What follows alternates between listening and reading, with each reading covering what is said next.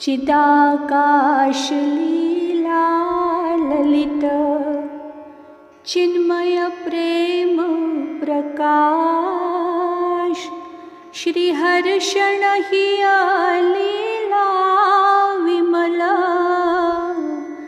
रामचरित रसरास श्री गौरदेव आराध्य की अंतः लीला भाष प्रेम प्रदायिनी रस भरी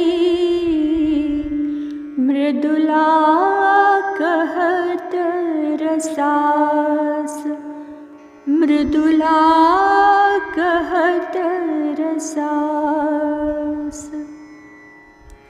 श्री सीताराम जी महाराज की जय। अनंत श्री विभूषित हमारे सद्गुरुदेव भगवान श्रीमद् राम हर्षणदास जी महाराज जी ने हम सब अपने आश्रित जनों के कल्याण, आत्मचिंतन व कालक्षेप हेतु अपने चित्त रूपी गगन में उदित श्री सीताराम जी की चिन्मयी लीलाओं का वर्णन अपनी असमोर्ध्व कृति चिदाकाश की चिन्मयी लीला में किया है, जिसका पठन पाठन व स्मरण चिंतन अध्यात्म प्राप्ति की हेतुभूता है। उपरोक्त ग्रंथ की क्रमशः वाक सेवा प्रस्तुत की जा रही है। आइए आज हम अग्रिम लीला में प्रवेश करते हैं। अपने चरण प्रांत में पड़े मिथिलेश कुमार को चक्रवर्ती अयोध्याधिपति ने बरबस उठाकर हृदय से लगा लिया और सीताग्रज को देखने के लिए इच्छुक अपने अतृप्त नेत्रों को संतृप्ति प्रदान की। पुनः राम के शाल को अपने अंक में ले लिया और उनकी आँखों से प्रवाहित अजस्त्र अश्रुधारा को प्रोक्षणी से प्रोक्षण कर स्वयं साश्रु उन्हें राम जैसा अपना लाड प्यार प्रदान किया।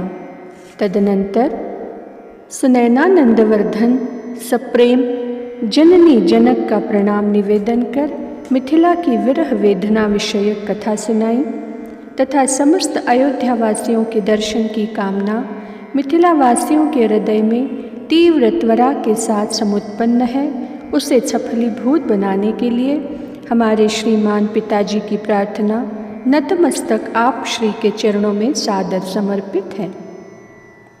मंद मंद मुस्काते हुए सीता के श्वसुर ने बिना वाक विसर्ग के स्वीकृति सी प्रदान कर दी। अहो, चक्रवर्ती का लाड़ प्यार राम के शाल को रामभद्र के समान असीम और अप्रतिम प्राप्त हुआ। अपनी पुत्र वधू के बंधु को अपने अंक से उतारने की इच्छा कौशल नरेश के मन में नहीं हो रही थी। यद्यपि वैदेही बंधु का गोद से उतरने का बार बार प्रयास गतिशील था। अपने अंकस्थ कुमार का शिर सूंघ सूंघ कर अपने अमोघ आशीर्वादों से उसे राम का अभिन्न आत्मसखा कहलाने योग्य बना दिया। पुनः अपने प्रिय को गोद में लिए हुए वे बोले, वत्स राम, जैसे तुम अपने कंठ में कौस्तुभ मणि सदा धारण किए रहते हो, वैसे ही धारण करने के लिए एक अनमोल रत्नहार जो संपूर्णतया श्री का कोश है तुम्हें समर्पित करता हूँ। इसे ग्रहण करो और इस अलंकार से अलंकृत होकर हम सब समाज को आनंदित करो। कहकर चक्रवर्ती नरेश ने सीताग्रज को सीताकांत के पाणी पंकजों में समर्पित कर दिया। समर्पण की बेला में श्याल, भाम तथा चक्रवर्ती जी सहित उभय समाज के नेत्र साश्रु हो गए। सन्नाटा छा गया। अर्थ की प्रत्यक्षता अभी यवनिका के अंदर थी। लोग कुछ समझ न पाए थे, अतः प्रत्यक्ष के दर्शन का विलंब सबको असहिष्णुता के आसन में आसीन किए था। जनमन रंजन राम जो पितृ आज्ञा को ही धर्म का सार सर्वस्व समझते हैं, पिता वचनों का अभिप्राय पूर्णतः समझ गए थे। यद्यपि गुरुजनों के बीच सहज संकोचशील राम को यह कार्य संकोच के सिंधु में मग्न करने वाला था, तथापि पितृ आज्ञा को सर्वस्व समझकर संकोच के समुद्र को शोषण करने में उस समय रामभद्र अगस्त्य हो गए। पिताश्री की आज्ञा सदा सहर्ष शिरोधार्य है। आप श्री के दिए हुए हृदय हार को सदा सदा हृदय में धारण किए रहूँगा।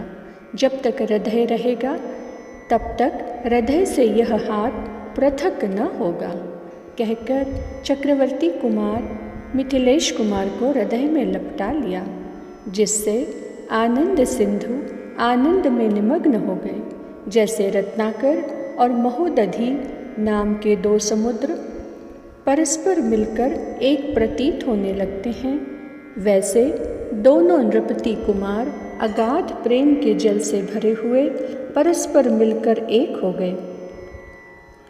कुछ चेतना युक्त होने पर श्याल भाम दोनों एक सिंहासन में बैठ गए और एक दूसरे के अंशों में भुजा दिए हुए प्रेम का प्रकाश बिखेरने लगे।